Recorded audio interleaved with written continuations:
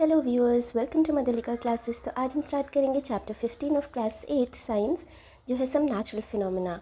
तो इस चैप्टर में हम अर्थक्वेक और लाइटनिंग के बारे में पढ़ेंगे कि पहले के लोग क्या सोचते थे, उनकी असली वजह क्या है, कैसे लाइटनिंग होती है, कैसे अर्थक्वेक होता है, लाइटनिंग और अर्थक्वेक क्या प्रेडिक्ट किया जा सकता है, और किस तरह से लाइटनिंग और अर्थक्वेक होने पर हम अपने आप को बचा सकते हैं, हमें क्या क्या प्रिकॉशंस लेने चाहिए। ये सब मैं आपको इस चैप्टर में समझाऊंगी। तो चलिए शुरू करते हैं। हमने क्लास 7th में साइक्लोन, विंड्स और स्टॉर्म्स के बारे में पढ़ा था। तो हमने देखा था कि साइक्लोन्स की वजह से बहुत ज़्यादा डैमेज होता है to human life and property. तो इसमें हमने ये भी पढ़ा था कि किस तरह से हम अपने आप को इस डिस्ट्रक्टिव फिनोमेना से बचा सकते हैं। तो इस चैप्टर में हम और भी चीज़ें जानेंगे अबाउट लाइटनिंग एंड अर्थक्वेक। चलिए, तो सबसे पहले है लाइटनिंग के बारे में पढ़ना है। तो लाइटनिंग, आपने स्पार्क्स देखे होंगे, कई बार इलेक्ट्रिक पोल में भी होता है, कभी कभी प्लग अगर लूज़ रह जाता है सॉकेट में तब भी स्पार्क्स होते हैं, है ना। उसी टाइप का ही होता है लाइटनिंग, बट थोड़े बड़े लेवल पे होता है, ठीक है। तो एंशियंट टाइम में लोगों को लगता था, उनको तो ये पता नहीं था कि क्या हो रहा है लाइटनिंग, तो उनको लगता था कि भगवान नाराज़ हो गए हैं और उसकी वजह से इस तरह से लाइटनिंग वगैरह कर रहे हैं, क्योंकि ये उनका गुस्सा है। मतलब lightning shows the anger of God, ठीक है। तो इस तरह से लोगों को पहले समझ में आता था। बट अब हम जैसे साइंटिस्ट लोगों ने बहुत ज़्यादा डिस्कवरीज़ की इसके बारे में पता लगाया है, तो अब हमें असली वजह क्या है वो हमें पता चल गया है। तो लाइटनिंग जो है क्यों होता है, क्योंकि बहुत ज़्यादा चार्ज एक्यूमुलेट हो जाता है क्लाउड्स में, ठीक है। तो उसी के बारे में अभी मैं आपको अच्छे से एक्सप्लेन करूँगी, कैसे चार्ज, किस तरह का चार्ज कैसे एक्यूमुलेट होता है, क्यों लाइटनिंग होती है, ये सब कुछ बताऊँगी। तो सबसे पहले the sparks that the Greek knew about.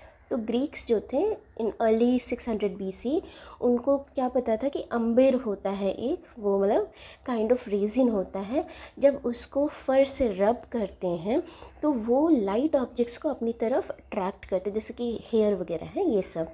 तो आपने भी देखा होगा, जब वुलन या पॉलिस्टर के कपड़े आप उतारते हैं तो आपका हेयर एकदम खड़े खड़े से हो जाते हैं ना, उनकी तरफ अट्रैक्ट होते। इनफैक्ट जब आप डार्क रूम में जाएं और उस टाइम पे आप वुलन कपड़े या पॉलिस्टर के कपड़े उतारते हैं तो आप जो है स्पार्क्स भी देख सकते हैं, लाइटनिंग देख सकता है आपको, और आपको साउंड भी सुनाई देगा, चट चट सी आवाज़ आती है ना। आप सब ने ये एक्सपीरियंस किया होगा। तो एक साइंटिस्ट थे बेंजामिन फ्रैंकलिन इन 1752, ठीक है, वो अमेरिकन साइंटिस्ट थे। उन्होंने पता लगाया कि लाइटनिंग भी सिमिलर है, जैसे कि स्पार्क्स हो रहे हमारे कपड़ों में से, उसी तरह का ही फिनोमेना है। लेकिन बहुत ज़्यादा टाइम लगा, अबाउट 2000 ईयर्स लगे लोगों को ये बात रियलाइज़ करने में कि हाँ, ऐसे ही लाइटनिंग होता है। तो अब हम पढ़ेंगे कि क्या इलेक्ट्रिक चार्जेस क्या होते हैं और किस तरह के होते हैं, ठीक है। तो चलिए शुरू करते हैं। हम एक्टिविटीज़ परफॉर्म करेंगे और उसके थ्रू हम पता लगाएंगे। तो आपको ये तो मालूम ही है, हमने ये पहले भी किया हुआ है कि जब आप अपना जो प्लास्टिक का स्केल होता है, जब आप उसको अपने ड्राई हेयर पे रब करते हैं तो it can attract very small pieces of paper, right. क्यों? क्योंकि जो आपका प्लास्टिक का स्केल है इट हैज़ गॉट चार्ज्ड, ठीक है, जब आपने उसको अपने ड्राई हेयर में रब किया, ठीक है। अब देखो, चार्जिंग बाय रबिंग। तो इसमें एक्टिविटी है 15.1। इसमें आपको क्या करना है, एक बॉल पेन का रिफ़िल लेना है, उसको रब करना है पॉलीथीन से, और उसको दूसरे किसी स्मॉल स्मॉल मतलब पीसेस ऑफ पेपर आप ले लीजिए, उसकी तरफ लेके जाना है। If you bring it closer to it, तो आप देखेंगे कि जो रिफ़िल है it has attracted those papers, ठीक है। लेकिन आपको इतना ध्यान रखना है कि रिफ़िल को आप अपने हैंड से, जहाँ जहाँ आपने उसको रब किया है पॉलीथीन से, उस एंड को अपने हाथ से या किसी भी मेटालिक ऑब्जेक्ट से टच ना होने दें, ठीक है। तभी आपका ये एक्टिविटी कंप्लीट हो पाएगा, ठीक। ऐसा क्यों नहीं करना है ये मैं आपको आगे के चैप्टर में ही एक्सप्लेन करती रहूँगी। फिर जब आपने देखा कि जब आपने प्लास्टिक रिफ़िल को रब किया पॉलीथीन से, तो वो थोड़ा इलेक्ट्रिक चार्ज उसने एक्वायर किया है, ठीक है। उसी तरह से जैसे कि आपका जिसे स्केल था, उसी तरह से, ठीक है। उसी तरह आपको प्लास्टिक कॉम जो होता है उसको आप रब कीजिए और फिर किसी छोटे ऑब्जेक्ट के पास लेके जाइए, इट विल अट्रैक्ट इट। छोटा ऑब्जेक्ट इन द सेंस कि बहुत लाइट वेटेड होना चाहिए, जैसे कि आप पेपर के टुकड़े ले सकते हैं, pieces of paper, small pieces, ठीक है। तो दीज जो ऑब्जेक्ट्स चार्ज एक्वायर कर लेते हैं आफ्टर रबिंग, उनको क्या कहेंगे, उनको कहते हैं चार्ज्ड ऑब्जेक्ट्स, ठीक है। और इस प्रोसेस में जब रबिंग हो रही थी तभी उन्होंने ये चार्ज एक्वायर किया, ठीक है। इसी तरह से आपको और भी बहुत सारे ऑब्जेक्ट्स के साथ करना है, जैसे कि ये देखिए रिफ़िल, बलून, इरेज़र, स्टील्स का स्पून, उनको इन सब चीज़ों से आप रब कर सकते हैं। देन यू सी कि क्या वो पीसेस ऑफ पेपर को अट्रैक्ट करते हैं। अगर अट्रैक्ट करते हैं तो वो चार्ज्ड हैं, अगर अट्रैक्ट नहीं करते हैं तो they are not charged. Alright, इतना आपको करना है। तो अब देखिए type of charges and their interaction के बारे में पढ़ते हैं। इसमें भी आपको एक एक्टिविटी करनी है। आपको 2 बलून्स लेना है, इस तरह से उनको फुलाकर इस तरह से हैंग कर देना है पास पास, लेकिन वो दोनों एक दूसरे को टच ना करें। अब आपको दोनों बलून्स को वुलन क्लॉथ से रब करना है धीरे धीरे, ठीक है। रब करके आपको इन दोनों बलून्स को इस तरह से रिलीज़ कर देना है। अब देखिए जब आप रिलीज़ कर देंगे देन जस्ट ऑब्ज़र्व कि बलून्स क्या कर रहे हैं। आप देखेंगे कि ये बलून्स रिपेल करते हैं एक दूसरे को, they are not attracted towards each other, they are repelling each other, ठीक है। अब इस ऐसे ही एक्टिविटी आपको करना है पेन की रिफ़िल से। पेन की रिफ़िल लीजिए, ठीक है, और उसको पॉलीथीन से रब कीजिए। उसको एक ग्लास टम्बलर में रख दीजिए, जैसा इसमें किया हुआ है उस तरह से। उसके बाद फिर आपको क्या करना है, दूसरी रिफ़िल लेनी है, उसको भी पॉलीथीन से रब करना है और दोनों रिफ़िल्स को पास पास लाइए। बस आपको केयरफुल रहना है कि आपको जिस एंड पे आपने पॉलीथीन रब किया है, चार्ज किया है, उस एंड को अपने हाथ से टच नहीं होने देना है। अब आपको देखना है कि क्या वो दोनों रिफ़िल अपने आपस में अट्रैक्ट हो रहे हैं, कि they are repelling each other, ठीक है। अगर रिपेल कर रहे हैं तो ऑब्ज़र्व कीजिए। अब देखिए अब आपको क्या करना है, आपको ये जो हमने किया था बलून और रिफ़िल, ठीक है, इन दोनों को, ये बलून को आप वुलन कपड़े से रब कीजिए, ठीक है, और इस रिफ़िल को पॉलीथीन से, और फिर दोनों को पास पास लाइए। यू विल ऑब्ज़र्व दैट ये बलून और ये refill they are attracted towards each other, ठीक है। इन दोनों केसेस में बलून्स एक दूसरे को रिपेल कर रहे हैं, इसमें रिफ़िल भी एक दूसरे को रिपेल करेंगे, बट ये बलून और ये refill will attract each other. ऐसा क्यों हुआ ये देख लेते हैं। क्योंकि ये जो बलून था, ठीक है, दोनों बलून्स को हमने एक ही वुलन कपड़े से रब किया था, तो दोनों के पास सेम चार्ज था, सिमिलर चार्जेस थे। जैसा कि हमने मैग्नेट वाले चैप्टर में पढ़ा था ना, कि पॉजिटिव पोल होता है, नहीं पॉजिटिव नहीं, नॉर्थ पोल होता है एंड साउथ पोल होता है ना। जब नॉर्थ पोल आता है साथ में तो वो क्या करते हैं, रिपेल करते हैं एक दूसरे को, राइट। और जब नॉर्थ पोल और साउथ पोल साथ में आते हैं तो वो अट्रैक्ट करते हैं और चिपक जाते हैं एक दूसरे से, ठीक है। उसी तरह साउथ पोल भी एक दूसरे को रिपेल करेंगे। इसी तरह से जो बलून्स थे they had got positive charges या फिर दोनों में ही नेगेटिव चार्जेस थे, ठीक है। इसीलिए ये दोनों एक दूसरे को रिपेल कर रहे थे। सेम केस हमारा रिफ़िल के साथ भी था।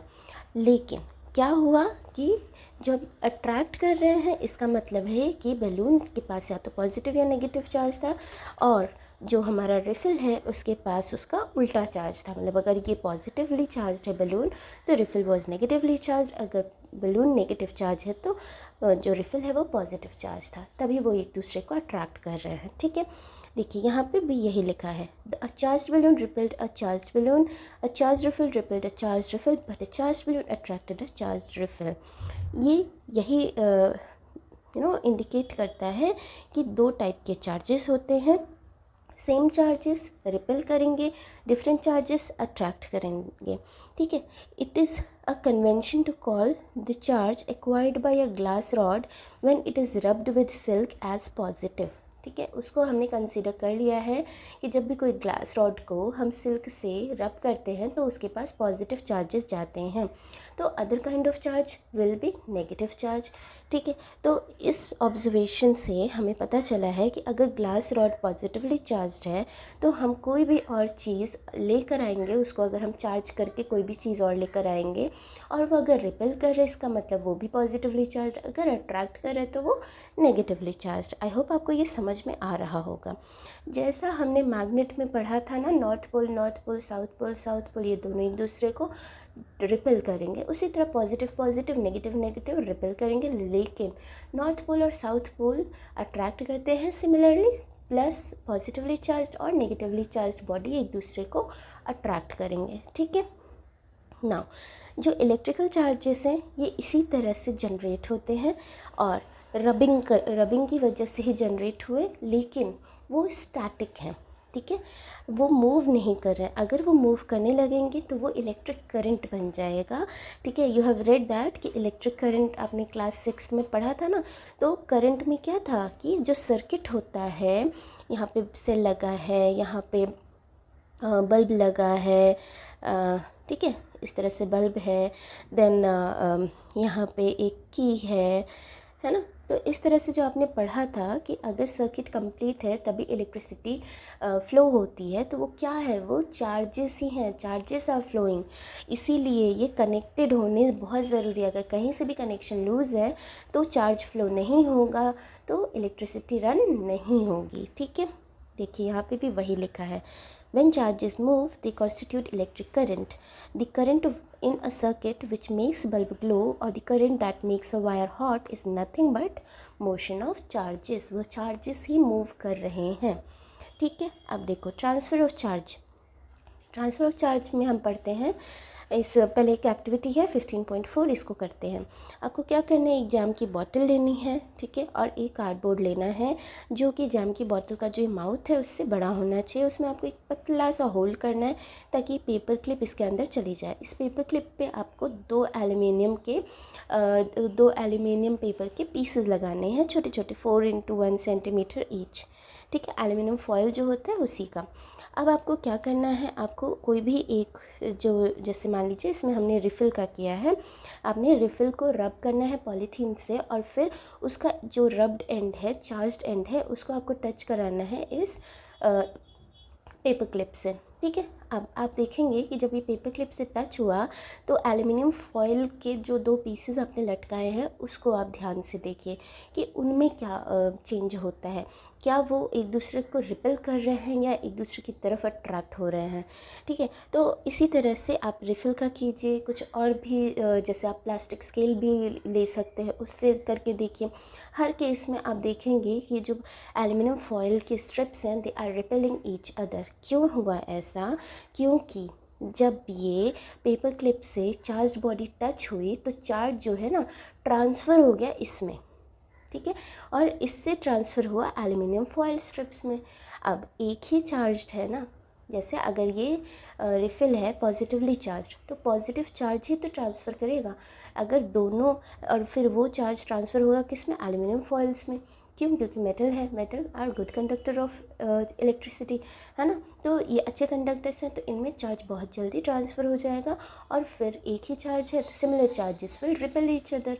तो वही केस हो रहा है यहाँ पे। ठीक है, यहाँ देखिए लिखा है aluminium foil strips receive same charge from the charged refill through the paper clip. ठीक है, क्यों, क्योंकि metal are good conductor of electricity.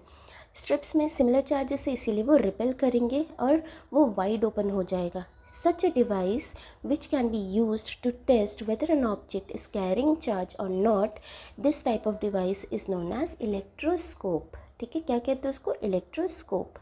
तो इस तरह का डिवाइस जो टेस्ट कर सके कि कोई ऑब्जेक्ट में चार्ज है या नहीं है, उस डिवाइस को बोलते हैं इलेक्ट्रोस्कोप। ठीक है, so we find that electrical charges can be transferred from an charged object to another through a metal conductor।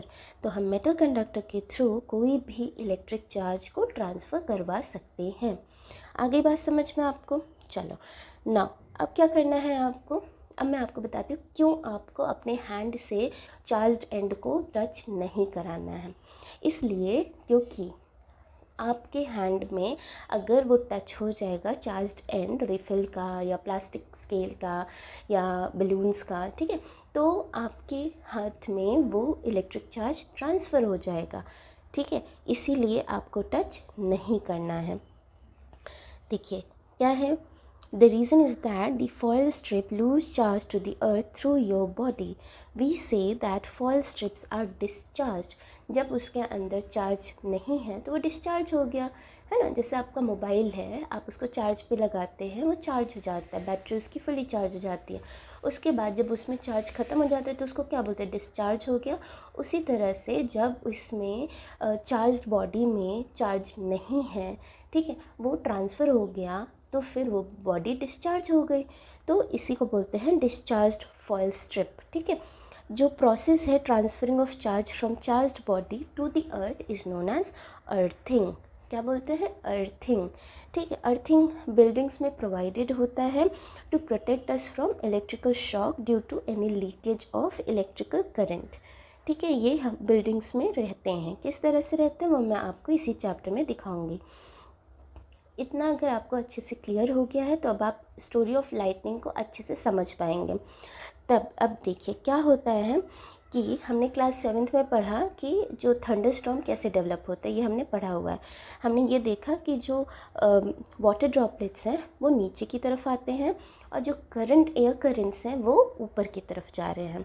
जब ये दोनों ऊपर नीचे हो रहे हैं उस टाइम पे चार्जेस सेपरेट हो जाते हैं, ठीक है। पॉजिटिव चार्ज और नेगेटिव चार्ज सेपरेट हो जाते हैं। तो देखो, जो क्लाउड्स के अपर पार्ट्स होते हैं उसमें पॉजिटिव चार्ज चला जाता है और क्लाउड का जो ये नीचे वाला हिस्सा होता है उसमें नेगेटिव चार्ज आ जाता है। और यहाँ जो हमारा अर्थ के पास वाला एरिया होता है वहाँ पे पॉजिटिव चार्ज रहता है, ठीक है। अब क्या होता है, ये किस तरह से सेपरेशन होता है चार्जेस का ये अभी तक समझ में नहीं आया है किसी को, लेकिन इसी तरह का होता है। Positive charge gets collected near the upper edge of the cloud, negative charge accumulate near the lower edge और there is accumulation of positive charge near the ground also, ठीक है। जब ये मैग्नीट्यूड ऑफ एक्यूमुलेटेड चार्जेस बहुत large हो जाता है तो एयर जो है, एयर हमें मालूम है कि वो इंसुलेटेड होता है, it's a poor conductor of electricity. लेकिन उस टाइम पे जब बहुत ज़्यादा चार्जेस एक्यूमुलेट हो जाते हैं तो एयर अपने आप को रेजिस्ट नहीं कर पाता है to become a conductor of electricity, ठीक है। तो वो कंडक्ट करने लगता है और नेगेटिव और पॉजिटिव चार्जेस मीट होते हैं और बहुत भयानक सा ना streak of bright light and sound is produced. समझ में आया आपको? इसी को हम, जो ब्राइट लाइट होती है वो हमें दिख जाती है और थोड़ी देर बाद हमें साउंड भी सुनाई देता है। इस प्रोसेस को क्या कहते हैं, इलेक्ट्रिकल डिस्चार्ज, इलेक्ट्रिक डिस्चार्ज, ठीक है। समझ में आया? यहाँ देखिए पूरा लिखा हुआ है, when magnitude of accumulated charges become very large the air which is normally a poor conductor of electricity is no longer able to resist their flow और negative and positive charges meet होते हैं producing streak of bright light and sound. We see streak of lightning, the process is called as electric discharge. आई बात समझ आपको? इसी तरह से होती है लाइटनिंग। अब अगर कोई आपसे पूछे लाइटनिंग कैसे होती है तो आप बता सकते हैं कैसे होती है। जब बहुत तेज़ बारिश हो रही है, हवा चल रही है, तो हवा जो है ऊपर जाती है और बारिश का जो पानी है वो नीचे आ रहा है। ये जब ऊपर नीचे हो रहे हैं उस टाइम पे जो चार्जेस हैं वो सेपरेट हो जाते हैं, ठीक है। और जब सेपरेट हो जाते हैं तो बहुत ज़्यादा जब चार्जेस एक्यूमुलेट हो जाते हैं क्लाउड्स में तो क्या होता है, एयर जो है वो इलेक्ट्रिसिटी को कंडक्ट करने लग जाता है और पॉजिटिव और नेगेटिव चार्जेस मीट होते हैं। जब मीट होते हैं तो फिर क्या होता है, बहुत तेज़ से आवाज़ होती है और बहुत ही ब्राइट लाइट प्रोड्यूस होती है, वही होती है लाइटनिंग, ठीक है। अब जब जो ये प्रोसेस है ऑफ इलेक्ट्रिक डिस्चार्ज ये होता है 2 या मोर क्लाउड्स में, ठीक है, या फिर बिटवीन क्लाउड एंड अर्थ। तो अब आपको डरने की बात ज़रूरत नहीं है कि भगवान गुस्सा हो गए या ये भगवान का एंगर दिख रहा है। अब हमें अच्छे से मालूम है कि क्यों होती है लाइटनिंग। तो scientist are trying hard to prove this phenomena लेकिन अभी पूरी तरह से नहीं समझ में आया कि क्यों ऐसा हुआ, कैसे सेपरेट हो गए चार्जेस, ठीक है। उसके बारे में अभी भी स्टडीज़ कंटिन्यूस हैं। अब लाइटनिंग स्ट्राइक जो होती है ये अभी भी लाइफ ऑफ प्रॉपर्टी को बहुत डैमेज करती है, इसीलिए हमें पता होना चाहिए कि अगर लाइटनिंग हो रही है तो हमें क्या मेजर्स लेने चाहिए टू प्रोटेक्ट आवरसेल्व्स, ठीक है। तो लाइटनिंग सेफ्टी के लिए क्या करना है, जब लाइटनिंग या थंडरस्टॉर्म हो तो आपको क्या करना है, जैसे ही आप थंडर सुने तो आप किसी सेफ़ प्लेस पे चले जाइए, भागिए उधर, ठीक है। After listening to the last thunder wait कीजिए फॉर सम टाइम, है ना, और उस सेफ़ प्लेस से निकलने से, ठीक है, थोड़ी देर बाद ही निकलिए। अब सेफ़ प्लेस क्या है, कोई भी बिल्डिंग या कोई भी घर सेफ़ प्लेस है। अगर आप ट्रैवल कर रहे हैं ना कार और बस, तो आप उसके अंदर ही रहिए, बाहर मत निकलिए, और अपनी जो कार और बस है उनकी विंडोज़ और डोर्स को शट कर लीजिए, बंद कर लीजिए, ठीक है। अब dos and don'ts during thunderstorm, क्या करना है क्या नहीं करना है।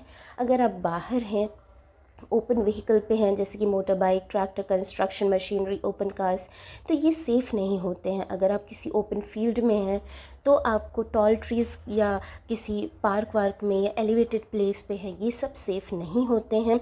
अगर आप जो है कोई अम्ब्रेला कैरी कर रहे हैं तो ये it's not a good idea to carry a umbrella during thunderstorm. किसी फॉरेस्ट में है तो आपको क्या करना है, सबसे छोटे ट्री के नीचे आपने शेल्टर लेना है, ठीक है। अगर कोई शेल्टर अवेलेबल नहीं है ओपन फील्ड में तो आपको ट्रीज से और कोई पोल है उनसे दूर जाना है, और इस तरह से आपको कोई भी मेटल ऑब्जेक्ट से भी आपको दूर जाना है। ग्राउंड पे लेटिए मत, बल्कि इस तरह की पोजीशन में बैठ जाइए। इस पोजीशन को बोलते हैं स्क्वाट पोजीशन। इसमें क्या करना है आपको, इस तरह से अपने नीज़ को फोल्ड करके और अपने हाथों को नीज़ पे रख के अपना हेड उस हाथ के बीच में रखना है, ठीक है। इससे क्या हो जाएगा कि आपका जो साइज़ है वो छोटा लगेगा, ठीक है। तो you will be the smallest target to be struck by the lightning, ठीक है। अगर आप घर के अंदर हैं तो आपने क्या करना है, लाइटनिंग जो है आपके टेलीफोन कॉर्ड्स, इलेक्ट्रिकल वायर्स या मेटल के पाइप्स को भी स्ट्रक कर सकता है। तो आपको थंडरस्टॉर्म के टाइम में कॉन्टैक्ट्स अवॉइड करने चाहिए इन सब से। अगर it's better to use mobile phone या कॉर्डलेस फ़ोन्स, ठीक है। लेकिन आपने इतना ध्यान रखना है कि जिसको आप कॉल कर रहे हैं वो वायर का, वो मतलब लैंडलाइन से बात ना हो उसकी, ठीक है, वायर्ड फ़ोन वो यूज़ ना कर रहा हो। उस टाइम पे आपको नहाना नहीं है, to avoid contact with running water. Electrical appliances जैसे कंप्यूटर, टीवी, ये सब को आप अनप्लग कर दीजिए, ठीक है।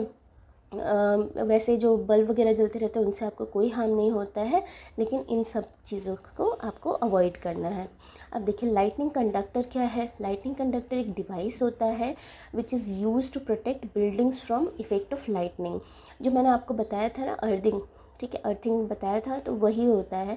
जैसे ये बिल्डिंग है तो ये एक मेटल रॉड होती है, वो थोड़ा बिल्डिंग के और ऊपर तक जाती है, उसका ये वाला एंड इस तरह से खुला रहता है, और ये रॉड बिल्डिंग के थ्रू जाके एकदम डीप इनसाइड द ग्राउंड में जाके इस तरह से, यहाँ पे देख रहे हैं हम, इस तरह से यहाँ पे रहता है, ठीक है। जब कोई लाइटनिंग स्ट्रक कर रही है तो क्या होगा, क्योंकि लाइटनिंग जो है टॉलेस्ट चीज़ को टारगेट करती है, तो क्या हो जाएगा, जैसे कि ये मेटल रॉड है तो ये बिल्डिंग से पहले मेटल रॉड को स्ट्रक करेगी लाइटनिंग।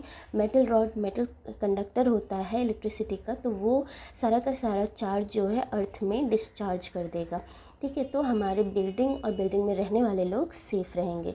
इसी को कहते हैं लाइटनिंग कंडक्टर, ठीक है। देखिए यहाँ लिखा है, a metallic rod taller than the building is installed in the walls of the building during its construction. One end of the rod is kept out in the air and the other end is buried deep in the ground. Rod क्या करता है, it provides the easy route to transfer electric charge to the ground, ठीक है। जो metal columns होते हैं which is use during construction, या electrical wires and water pipes in the building, ये भी आपको प्रोटेक्ट करते हैं टू सम एक्सटेंट, लेकिन आपको इन सब को टच नहीं करना चाहिए ड्यूरिंग थंडर स्टॉर्म, ठीक है। ये हो गया हमारा लाइटनिंग का टॉपिक ख़त्म। अब हम पढ़ेंगे अर्थक्वेक के बारे में। तो देखिए अर्थक्वेक जैसे कि लाइटनिंग है, साइक्लोन है, थंडरस्टॉर्म है, ये सब को कुछ हद तक प्रेडिक्ट किया जा सकता है, ठीक है। ये नेचुरल फिनोमेना है, बहुत लार्ज स्केल पे डिस्ट्रक्शन करते हैं, लेकिन इनको प्रेडिक्ट किया जा सकता है, वेदर डिपार्टमेंट बता सकता है, वार्न कर सकता है ना। आपने सुना ही होगा साइक्लोन्स के बारे में, बहुत पहले से पता चल जाता है, 2-3 दिन पहले से कि हाँ उधर से साइक्लोन आ रहा है, इधर हिट करेगा। अगर डायरेक्शन चेंज हो रहा है तो भी न्यूज़ में बहुत जल्दी आ जाता है, ठीक है। लेकिन एक ये बहुत अनफॉर्चुनेट है कि जो अर्थक्वेक होता है वो बहुत लार्ज स्केल पे डिस्ट्रक्शन करता है of life and property, and it can not be predicted. जी बिल्कुल सही आपने सुना है, ये प्रेडिक्ट नहीं किए जा सकते हैं, ठीक है। It can cause damage to human life and property on a large scale and it can not be predicted. जैसे कि अर्थक्वेक आया हुआ था, मेजर अर्थक्वेक इन इंडिया कब आया था, 8 October 2005 in Uri and Tangdhar town of north Kashmir, और उसके पहले आया था in 2001 in Bhuj district of Gujarat. 26 जनवरी को आया था ये। तो आप अपने पेरेंट्स से या अपने जो भी आपके घर में गार्जियन हैं उनसे आप पूछ सकते हैं कि कैसा है, किस तरह से लाइफ एंड प्रॉपर्टी को डैमेज किया था अर्थक्वेक ने। आप न्यूज़पेपर से क्लिप्स भी या जो पिक्चर्स होते हैं उनको भी आप कलेक्ट कर सकते हैं और पढ़ सकते हैं रिपोर्ट्स के बारे में, और प्रिपेयर कीजिए एक short report on the suffering of people during earthquake, ठीक है, या आफ्टर अर्थक्वेक। तो ये हो गई आपकी एक्टिविटी 15.5। अब देखते हैं अर्थक्वेक क्या होता है, कैसे होता है, और किस तरह से हम उसके इफ़ेक्ट को मिनिमाइज़ कर सकते हैं। तो सबसे पहले अर्थक्वेक होता क्या, व्हाट इज़ एन अर्थक्वेक। तो अर्थक्वेक में क्या होता है, अचानक से बहुत ज़्यादा शेकिंग या ट्रेम्बलिंग होने लगती है अर्थ में, ठीक है, जो बहुत ही शॉर्ट टाइम के लिए होती है, अबाउट 1 और 2 सेकेंड्स ही होती है, लेकिन उसकी वजह से बहुत ज़्यादा डिस्टर्बेंस हो जाती है, बहुत ज़्यादा डिस्ट्रक्शन हो जाता है, ठीक है। और ये क्यों होती है, क्योंकि डीप इनसाइड द अर्थ के अंदर, डीप इनसाइड द अर्थ बहुत ज़्यादा डिस्टर्बेंस है क्रस्ट में, तो उसकी वजह से क्रस्ट पे इफ़ेक्ट आता है। अर्थक्वेक वैसे हमेशा ही होते रहते हैं ऑल ओवर द अर्थ, लेकिन बहुत ही मिनिमम होता है, तो इसलिए नोटिस नहीं होता है। मेजर अर्थक्वेक जो होता है वो लेस फ्रीक्वेंट है और वो बहुत ज़्यादा डैमेज करते हैं। अब देखो earthquake can cause floods, landslides and tsunamis as well. तो अर्थक्वेक अकेले नहीं लॉस एंड डैमेज करता है, बट ये ट्रिगर करता है और भी फ्लड्स, सुनामीज, अर्थक्वेक्स, लैंडस्लाइड्स वगैरह के लिए भी, ठीक है। अब देखो एक सुनामी भी आई हुई थी इंडिया में, इंडियन ओशन में ऑन 26 दिसंबर 2004, जिसकी वजह से जितना कोस्टल एरिया है इंडिया में उस पूरे में प्रॉब्लम हुई थी, बहुत ज़्यादा लॉस हुआ था, ठीक है, लाइफ एंड प्रॉपर्टी को।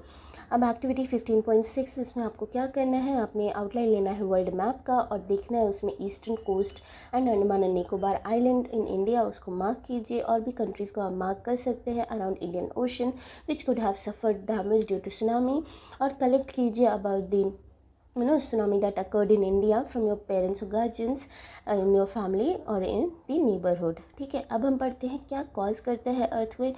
तो जैसा बूझो है उसकी ग्रैंड मदर ने बोला है कि अर्थ जो है वो बैलेंस्ड है on the horn of bull, ठीक है। तो जो बुल होता है जब वो थक जाता है तो एक हॉर्न से दूसरे हॉर्न पे अर्थ को शिफ्ट करता है, तो वो इसी वजह से शेक होता है।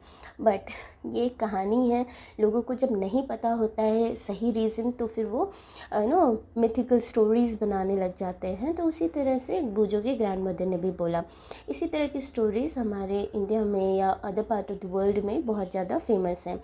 अब हम पढ़ते हैं सही रीज़न क्या है। तो क्या होता है, जो ये ट्रेमर्स हैं वो कॉज होते हैं because the disturbance deep down inside the upper most layer of the earth which is called as crust, ठीक है। तो ये देखिए ये है स्ट्रक्चर ऑफ अर्थ, इसमें देखिए ऊपर वाला जो लेयर है उसको क्रस्ट बोलते हैं, उसके अंदर मेंटल होता है, उसके अंदर कोर होता है, और सबसे अंदर inner core and outer core, ठीक है। ये इनर कोर हो गया, ये आउटर कोर, ये मेंटल और ये क्रस्ट। तो क्रस्ट के deep inside the crust there is disturbance, तो उसकी वजह से जो है अर्थक्वेक आता है।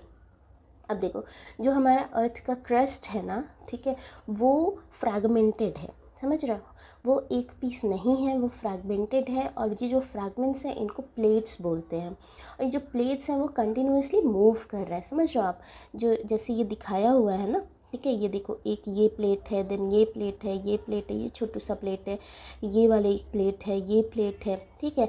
इसी तरह से बहुत सारे प्लेट्स हैं, ठीक है, छोटे बड़े प्लेट्स हैं। ये देखो क्या हुआ था, ये देखो इंडियन प्लेट है, ये अरेबियन प्लेट है, ये यूरेशियन प्लेट है। तो ये जो प्लेट के एजेस होते हैं, किनारे होते हैं, वो जब ये प्लेट मूव हो रहा है, ठीक है, मूव हो रहा है, तो क्या होता है, जैसे एक ये प्लेट है और एक ये प्लेट है, ठीक है, ये सब मूव हो रहे हैं कंटिन्यूसली, ये दे आर मूविंग, ठीक है, बहुत धीरे धीरे मूव करें, दैट इज़ वाई हमें पता नहीं चलता है। लेकिन एक टाइम ऐसा आता है कि ये मूव हो रहा है इधर और ये मूव हो रहा है इधर, तो ये दोनों पास आके फिर कोलाइड करते हैं, ठीक है, कोलिजन होता है। तो एक जो है इसके नीचे चला जाएगा, ठीक है, और ये ऊपर आ जाएगा। तो जब ये कोलिजन हुआ तो फिर क्या होता है, अर्थक्वेक आता है, ठीक है। एक ये होता है, कोलिजन हो गया। दूसरा क्या होता है, ये प्लेट है, ये प्लेट है, पास पास आए, दोनों इस तरफ, एक ये इस तरफ मूव हो रहा है, तो ये दोनों एक दूसरे को इस तरह से रब करते हुए चले गए, ठीक है, तब भी अर्थक्वेक आ जाता है। समझ रहे हो, इसी तरह से। क्यों? क्योंकि हमारा जो अर्थ है, अर्थ का जो क्रस्ट है वो एक पीस नहीं है, वो बहुत सारे प्लेट्स हैं उसमें, ठीक है, समझ गए। इसी तरह से होता है। These plates are in continual motion when they brush past one another, or a plate goes under another. Due to collision, they cause disturbance on the earth crust. It is this disturbance that shows up on the earth as an earthquake on the surface of earth. समझ गए? या तो ये collide हो गए, ठीक है, या तो ये ब्रश हो गया। तो इन्हीं दोनों की वजह से हमारा अर्थक्वेक आता है, ठीक है, समझ गए। अब देखो, अब क्या है, अब हमें मालूम है कि अर्थक्वेक का क्या रीज़न है, ठीक है। अब इतना हमें लेकिन अभी भी हम प्रेडिक्ट नहीं कर सकते हैं कि कहाँ पे अर्थक्वेक आएगा अगला, ठीक है। ये बहुत ही अनप्रिडिक्टेबल नेचुरल फिनोमिना है जो कि बहुत ज़्यादा डिस्ट्रक्शन कॉज करता है।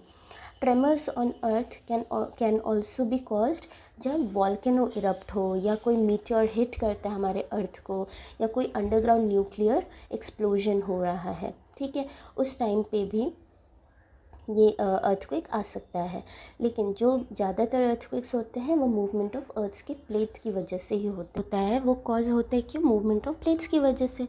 तो जो बाउंड्रीज़ है ना प्लेट की, जैसे कि ये वाला रीज़न है, ये रीज़न है, ठीक है, यहाँ पे अर्थक्वेक होने के चांसेस ज़्यादा होंगे, इम्पैक्ट भी उसका बहुत ज़्यादा होगा, ठीक है। तो इन एरियाज़ को क्या बोलते हैं? वीक जोन्स, ठीक है, वहाँ पे अर्थक्वेक ज़्यादा आते हैं।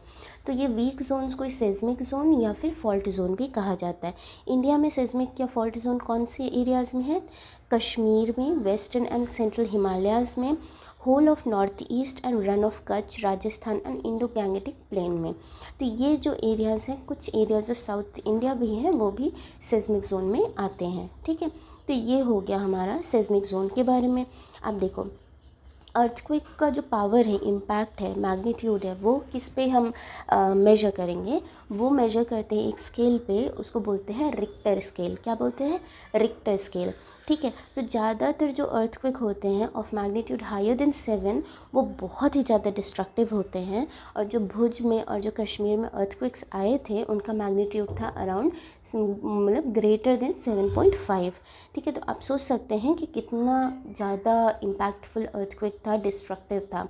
अब देखो, जो ट्रेमर्स प्रोड्यूस हो रहे हैं वो in the form of wave आते हैं on the surface of earth. जैसे कि इस फोटो में आप देख रहे हैं, यहाँ पे जो है प्लेट से ट्रेमर हुआ, ठीक है। तो देख रहे हैं ये गोल सा, ठीक है, ये है सेस्मिक वेव्स, इनको सेस्मिक वेव्स बोलते हैं, ठीक है। ये होता है जहाँ पे एक्चुअली में प्लेट्स टकराए या मतलब जहाँ पे डिस्ट्रक्शन हुआ, ठीक है, वो होता है फोकस, ठीक है। उसी को ऊपर ले जाइए अर्थ के सरफेस पे, वो होता है एपिसेंटर। तो फोकस और एपिसेंटर दो अलग अलग चीज़ें होती हैं। एपिसेंटर हम अर्थ के सरफेस पे बोलते हैं, और जो फोकस होता है वो इनसाइड द अर्थ होता है। ये सेस्मिक वेव्स होती हैं। तो यही वेव्स रिकॉर्ड होती हैं ऑन द सेस्मोग्राफ। ये होता है सेस्मोग्राफ, ठीक है। एक ये इंस्ट्रूमेंट है जिसमें क्या होता है, एक वाइब्रेटिंग रॉड है और एक पेंडुलम है, ठीक है। जब भी अर्थ या ट्रेमर्स आते हैं तो ये वाइब्रेट होना शुरू कर देता है, ठीक है। और इसी से जुड़ा हुआ देख रहे हैं यहाँ पे पेन है, तो ये पेन इस पे इस तरह से मार्क करने लगता है। उसी वेव्स को देख के साइंटिस्ट पता कर लेते हैं कि ये अर्थक्वेक कितना इम्पैक्टफुल था या कितना ज़्यादा उसका पावर ऑफ डिस्ट्रक्शन है। ठीक है, जैसा कि बहुत सारे स्केल्स होते हैं साइंस में, डेसिबल है जैसे एग्जांपल, तो रिक्टर स्केल जो है वो लीनियर नहीं होता है। मतलब कि अर्थक्वेक का मैग्नीट्यूड अगर 6 है तो इसका ये मतलब नहीं है कि 1.5 टाइम्स ज़्यादा डिस्ट्रक्टिव होगा अगर अर्थक्वेक का मैग्नीट्यूड 4 है। नहीं, अगर इसका मैग्नीट्यूड इंक्रीज़ होता है 2 टाइम्स तो इसका मतलब magnitude increases by a number of 2 unit of 2, ठीक है, तो उसका मतलब होता है कि वो 1000 टाइम्स मोर डिस्ट्रक्टिव एनर्जी है उसमें। ठीक है, तो earthquake of magnitude 6 has 1000 times more destructive energy than earthquake of magnitude 4। ठीक है, इतना आपको ध्यान रखना है। चलो नेक्स्ट है, अब हम कैसे प्रोटेक्ट कर सकते हैं अपने आप को अर्थक्वेक से।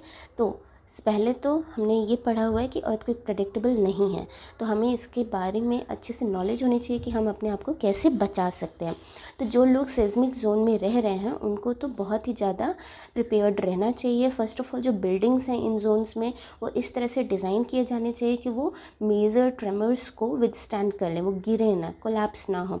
जो मॉडर्न बिल्डिंग टेक्नोलॉजी है वो ये पॉसिबल करती है। ठीक है, तो it is advisable to make structures simple so that they are quick safe. ठीक है, अब क्या करना है उसके लिए, एक क्वालिफाइड आर्किटेक्ट को आप कंसल्ट कीजिए और एक स्ट्रक्चरल इंजीनियर को कंसल्ट कीजिए, उनसे ही आप अपनी घर वर या बिल्डिंग वगैरह बनवाइए।